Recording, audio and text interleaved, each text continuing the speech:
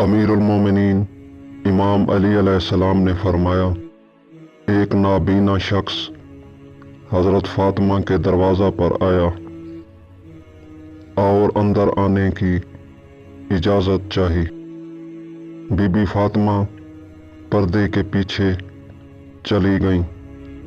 حضور پاک نے بیٹی سے کہا، تم نے کیوں پردہ کر لیا جبکہ وہ نابینا ہے، تمہیں نہیں دیکھ سکتا؟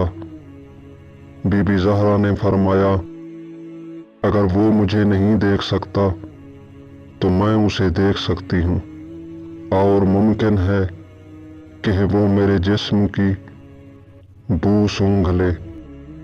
رسول اللہ صلی اللہ علیہ وآلہ وسلم بی بی فاطمہ زہرا سلام اللہ علیہ کی یہ بات سن کر انتہائی خوش ہوئے اور فرمایا، گواہی دیتا ہوں کہ تم میرا ایک ٹکڑا ہو۔